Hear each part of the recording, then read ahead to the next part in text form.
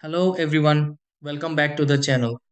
If you purchase a new device and want to keep your existing straight talk phone number, the transfer process is usually straightforward when you have the necessary account and device information ready. Moving your number allows you to continue using the same contact details while enjoying your new phone without starting over with a different number. The best part is that Straight Talk provides options to transfer service from one device to another without a complicated setup process.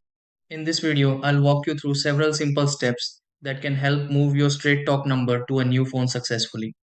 Try these. Step 1. Prepare both the old Straight Talk phone and the new Straight Talk phone. Step 2. Gather account details for the Straight Talk phone. Step 3. Install the SIM card in the new Straight Talk phone if required. Step 4. Start the transfer process for the Straight Talk phone. Step 5. Follow activation prompts on the new Straight Talk phone. Step 6. Confirm the number works on the new Straight Talk phone.